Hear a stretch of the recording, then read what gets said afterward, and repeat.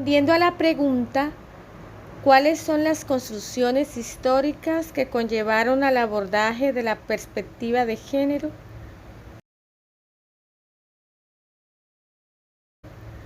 En 1968, el profesor norteamericano Robert Stoller utilizó por primera vez el concepto de género en su libro Sexo y Género para oponerlo al sexo, subrayando de esta manera el carácter socialmente construido de las nociones de masculinidad y feminidad.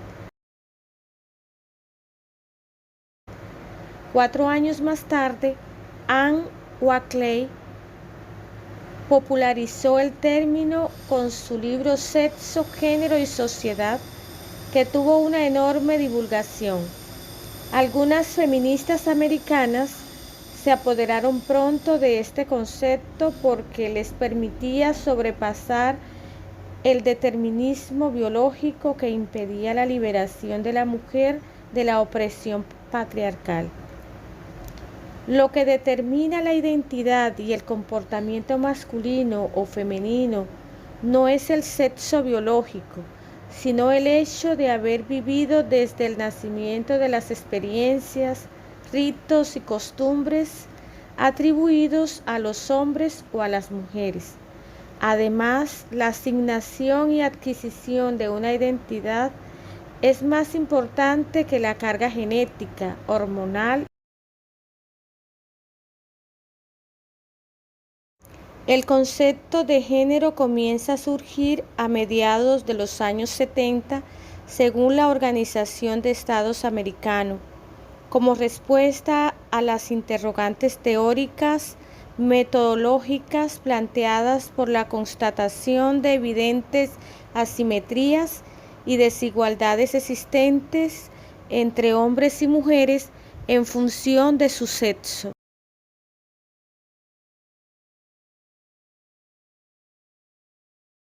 Desde tiempos prehistóricos se identifican las diferencias entre los hombres y las mujeres, no solo físicas, sino de género, que determinaban la supremacía y el poder que ejercía un sexo sobre el otro.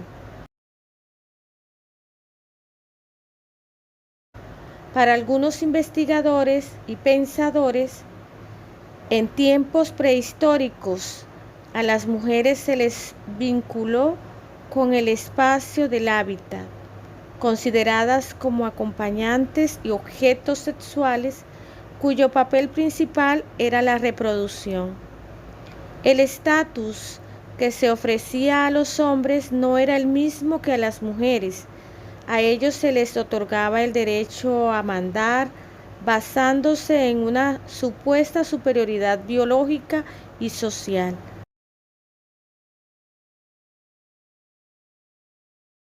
Durante el periodo conocido como Edad Media, la figura femenina estaba condicionada según el lugar que ocupaba en una sociedad estamental. Según Packnett y Mónica von Zell, las mujeres contribuyeron significativamente a la economía medieval. En esta época, solo la mujer noble podía gozar de ciertos privilegios. Se encargaba del cuidado y la educación de los hijos e hijas, de la organización de los empleados, de la casa y de la economía. Ocupaban un lugar importante durante la ausencia del esposo, común en épocas de guerras y cruzadas.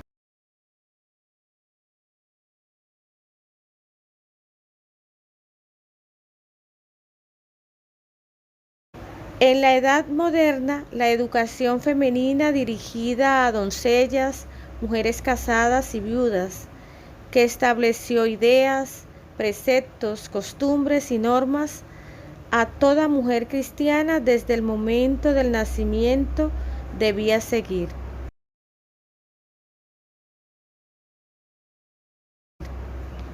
El humanista Juan Luis Vives, uno de los pedagogos más importantes del siglo XVI, publicó en 1523 y 1528 dos textos, la formación de la mujer cristiana y los derechos del marido. Este se considera el primer tratado sistemático sobre la condición femenina.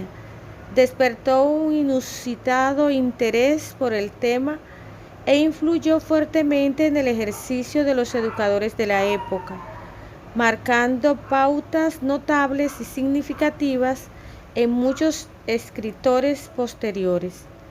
Se realizaron 40 ediciones del libro en el siglo XVI y fue traducido a 5 idiomas. Después de la Revolución Francesa, la escritora francesa Olympia de Gouges es considerada también una de las precursoras del feminismo. Fue fundadora de la Sociedad Popular de las Mujeres en 1791 y precursora de la Declaración de los Derechos de la Mujer y de la Ciudadana en 1789. En respuesta a la Declaración de los Derechos del Hombre y el Ciudadano propuesta en la Revolución Francesa. Este documento reconoce y declara los derechos de las mujeres y es considerado uno de los discursos más brillantes y radicales en favor de las reivindicaciones femeninas. De Gouges reclamó un tratado igualitario de la mujer con respeto al hombre en todos los aspectos de la vida, públicas y privadas. Entre estos, el derecho al voto, a ejercer cargos en el gobierno, a hablar en público sobre asuntos políticos, a la propiedad privada, a la participación en el ejército, a tener igualdad de poder en la familia y en la iglesia, así como a la educación.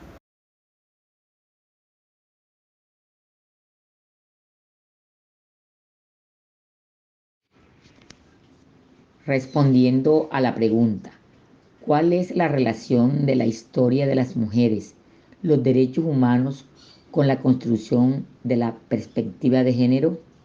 El artículo primero de la Declaración Universal de los Derechos Humanos, 1948, destaca que todos los seres humanos nacen libres e iguales en dignidad y derechos y dotados como están de razón y conciencia. Deben comportarse fraternalmente los unos con los otros.